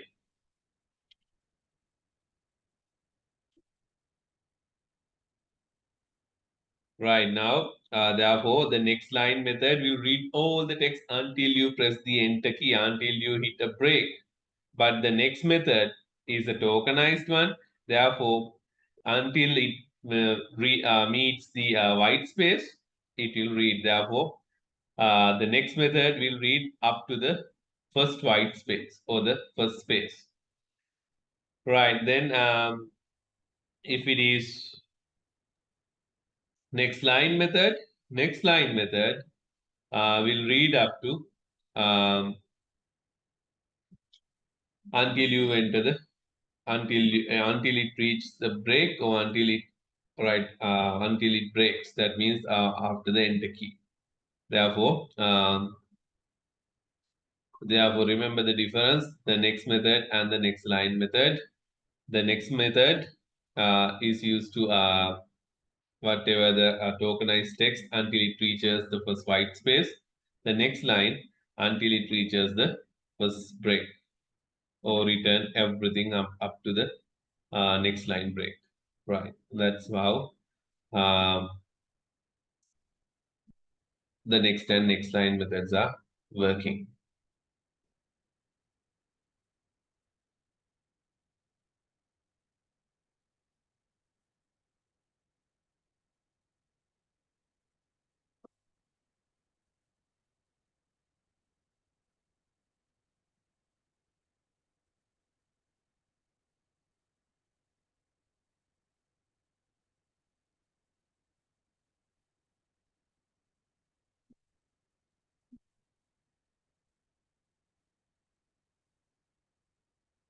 Right now, and I'll give you an advanced thing as well. Like if you want to change the behavior of the next method, that also possible. When you have free time, just search how to change the next method, Java scanner.next method delimiters. Right now, when you want to not to break from the space, if you want to change the character into let's say at sign until you reach the first at sign, You want to get the values like us, that how to change it, it's up to you. Just try out. Right, now we know that for the time being, if you want to get a string value, now you can use the scanner.nextLine method. Right now, here write down in somewhere, the scan object dot next line is to read text. Read what type of values it could read? Next line, read a string value. String value. Read a string value. Right now, both next line and next method read a next. Read a string value up to the white space, up to a white space. And read a string value up to a break, line break.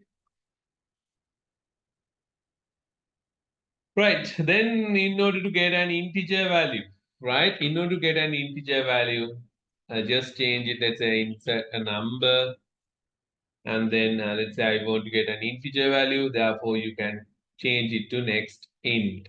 If you want to get an integer, change into next int, and then run it and see java test.java. It will ask user to enter okay, the next int method. Now the problem here is, now I have changed only this. No, what is it says? Incompatible types, therefore returning an integer value, therefore cannot convert to a string. Yes, if you are getting an integer value, then that has to be stored inside a integer variable. Right. Okay, then let's do the modification, and then let's see. If you enter a value, then that would be stored inside the x variable. Right now it will ask user to enter value. Therefore, using the next int method, you could get integer value. Using a next int, reads integer value. Read an integer value. Right. Integer value. Right, likewise, you have some methods I want you to try out, and I want you to send me a code which takes values from each type. Right now, for an example, you can have next byte and next short, next int, next long, next float, and next double. There is no method to take a char value, and float double, next char is not there, therefore next boolean. Right, then it reads an integer value, comes to here.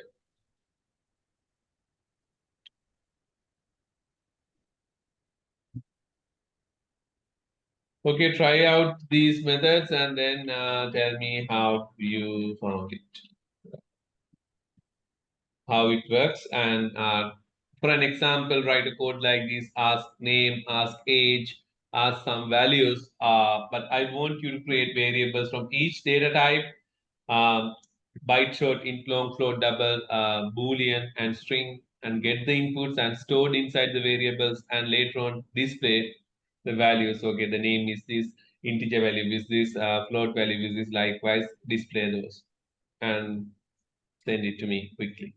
And thereafter, we will discuss how to get the characters. Right, quickly try out.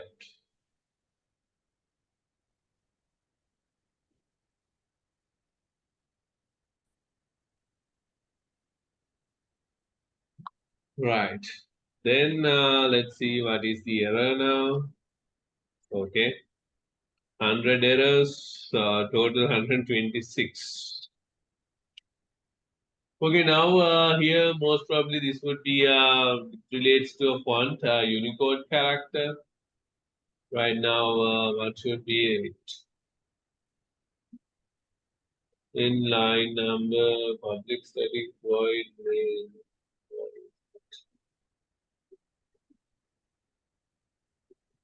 Which one is the problematic one?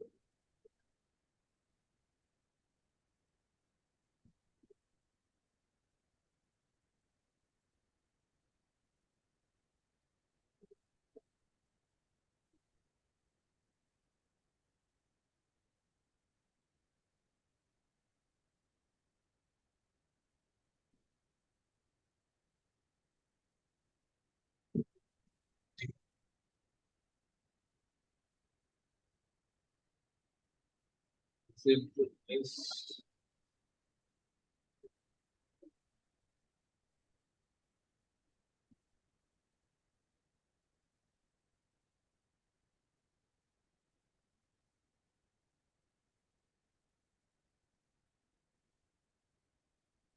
right, I think it's better to write down the problem.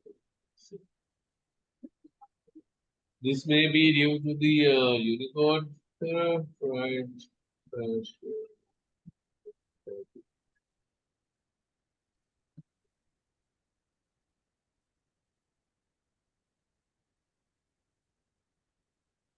So, okay, can someone send me a code correctly? The one who has finished.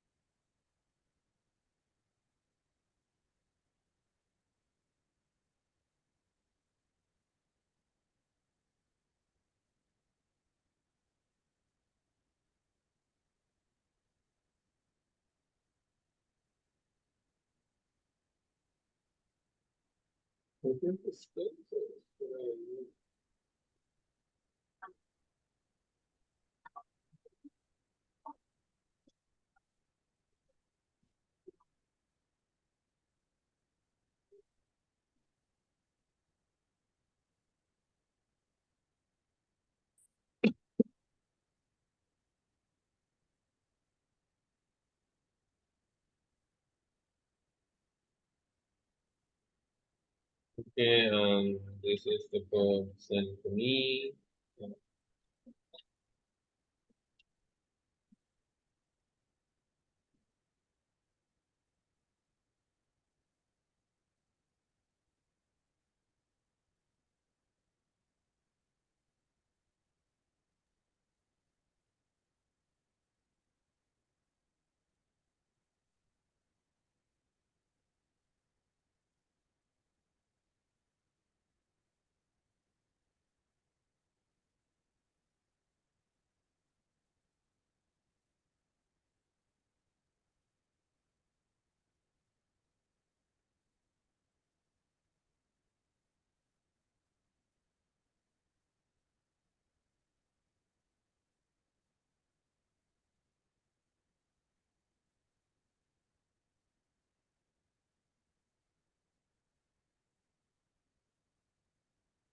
It says what the float number you have declared it as already. You have strings and tens, int number, float number, double number. It's integer n, float x, double z.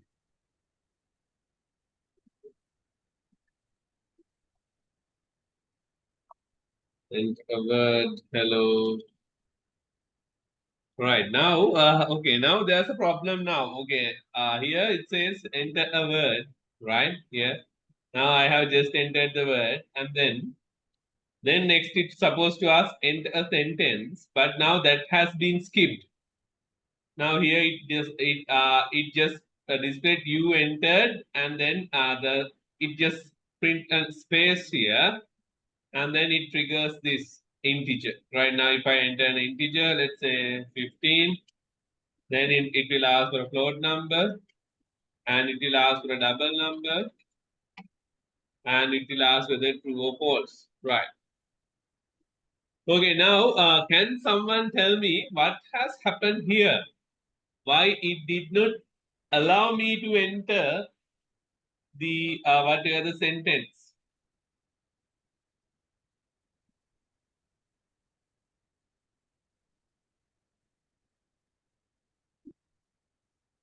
Why it does not allow me to enter the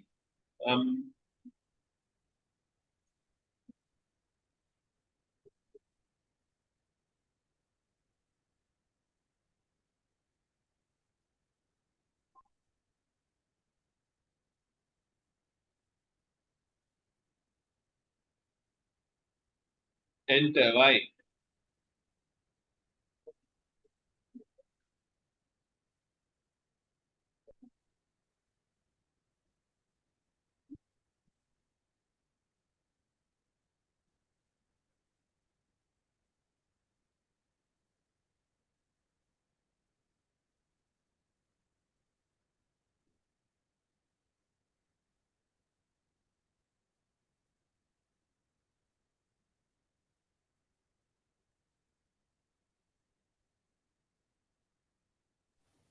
No idea, sir. Yes, I can't hear you. No idea, sir. Hold on today, just a minute. Let me once. Yeah, can you hear me? Yes, sir. Right. Yeah. Yes. Tell me why it has not allowed me to enter the sentence.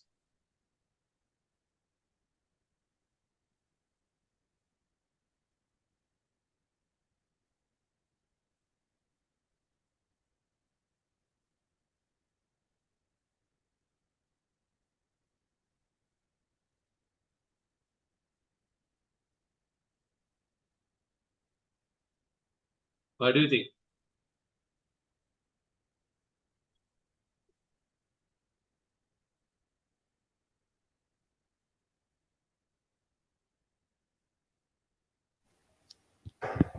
No idea, sir.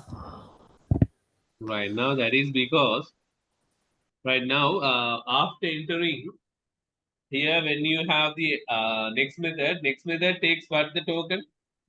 What is the token of the next method? Okay, we said that it takes tokenized text, no? Isn't it? It takes a tokenized text, right? That's what we discussed. And up to what it will read the values?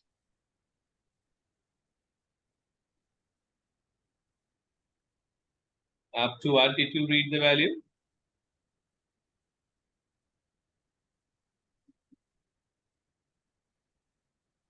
Oh, the space. White space, exactly. It will read up to the white space. Yes.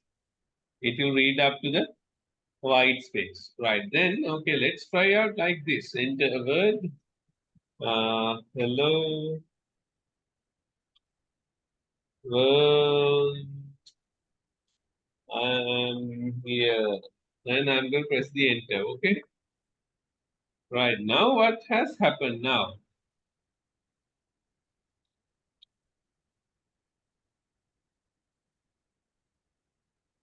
Now, what has happened? Now, I have typed this hello world. I am here. Then this line printed like you entered hello, and this one printed like world I am here. I think this would give you an idea what has happened. Would you be able to interpret depend on this? He used next int and next. Yes, Gudeva. What happens here is right now we said that the next method reads a tokenized text. Therefore, it reads until it meets the first space, right? Until it reads only up to first space. Therefore, here when you type hello world, I am here, then after hello you have given the space. Therefore, the next method will read only up to this point. then it will be taken from there. And that's why it prints you entered hello. And thereafter you have pressed enter. The next one is waiting for the correct. That means you will wait. Next line method is waiting for the line break. Then that has been already entered. Since you press the enter key, then that has been entered. Therefore, after this, right now, the rest of things, world I am here, will be taken by the next line method. Now that's why the next line method did not allow us to type. That's why it ignored. Right now that has been triggered by the next line method has been triggered by the when pressing the enter. Is that clear? Yes, sir.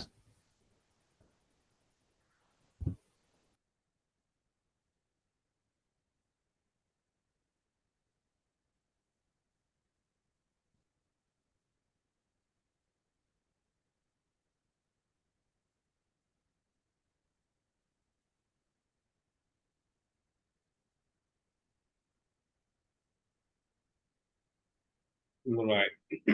Okay. Any questions after this?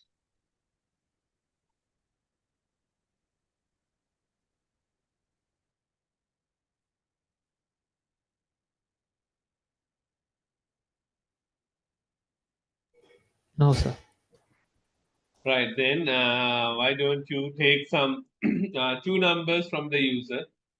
Right now, takes two numbers from the user and then perform plus minus multiplication division and modulus, plus minus multiplication division modulus, and then display the addition of two numbers are this. Likewise, display the values.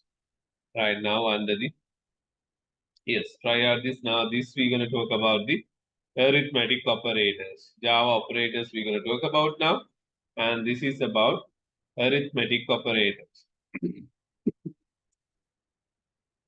Right, quickly perform. Right now, you already know about the arithmetic operators, plus minus, multiplication, division, modulus, and apart from that, we have plus plus operator and the minus minus operator. Then that we will discuss beforehand. Try out this quickly. Take two numbers from the user. It doesn't matter, integer or float. I don't mind. And then perform these values and display the output. So we quickly do it.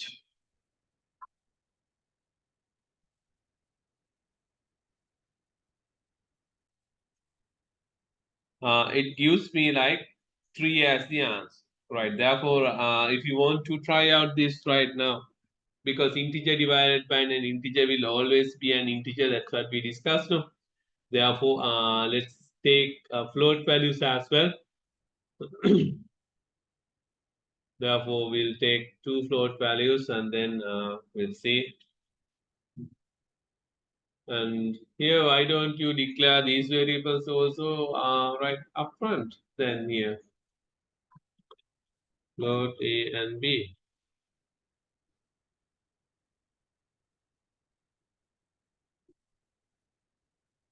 That is simple.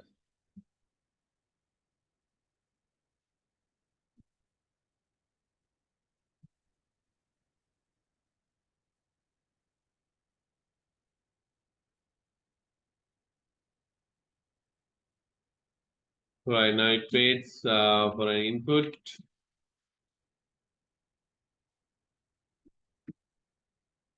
Right, likewise, you will be able to display the values with the decimal values. Right. Then some of you may have a problem of how to display only two decimal values, or how can I limit two decimal values. Likewise, then it's up to you to find out how to display the two decimal values. Right now, this is another code which I have received. Okay, let's run it and see. Enter the first number. It takes only integer values. Right. Likewise, it gives you the answers. Right. Then, right now we have to discuss about the plus plus operator and the minus minus operator. And then I'm not going to start with it now. We have, but I don't think we'll be able to explain it. Right now, up to now, any questions? If you have, please ask. If you have any questions up to now, you can ask. Then next week, we're going to talk about relational operators and then the logical operators and then the logical operators, relational operators.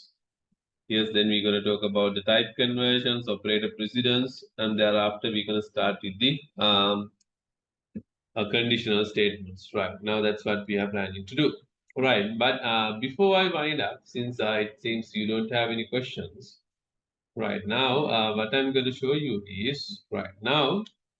Let's say there is a variable x equals 10, right? And then there is another variable y. Okay, right now if I enter y equals x plus plus, right? Y equals x plus plus, and then I want to print x and y values. Right now I want to display the x value,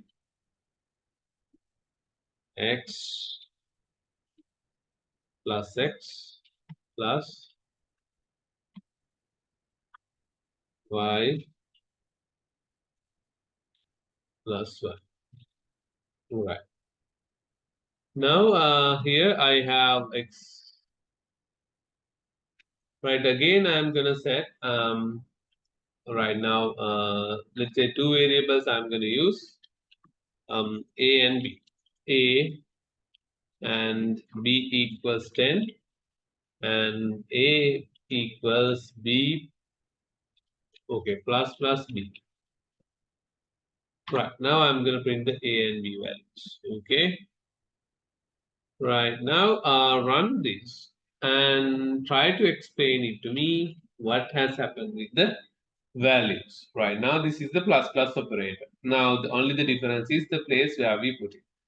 Here this is after the variable, here it is before the variable. Okay, quickly run this and then try to explain it to me.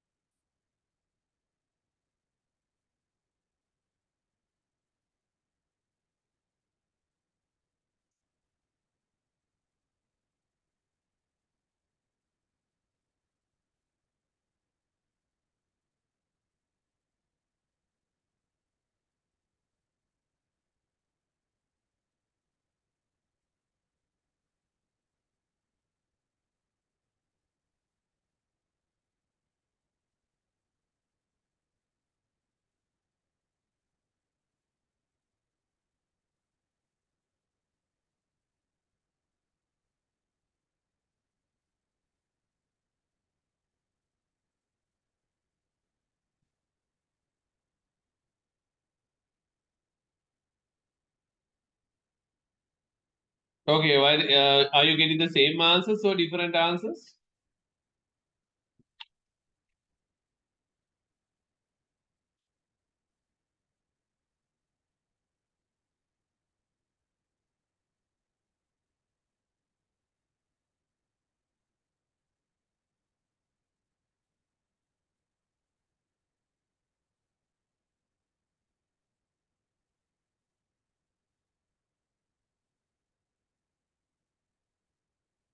Right, let's run it and see.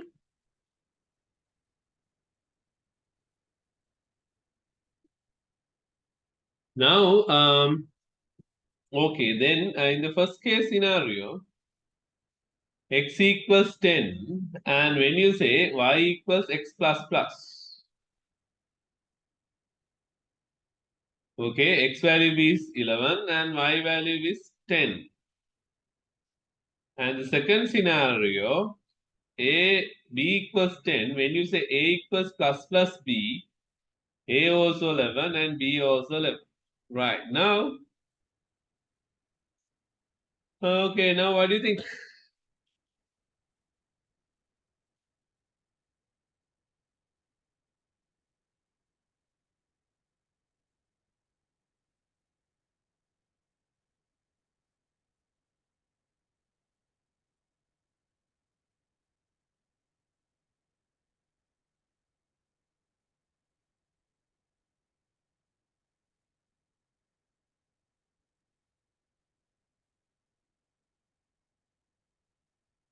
Right, what do you think?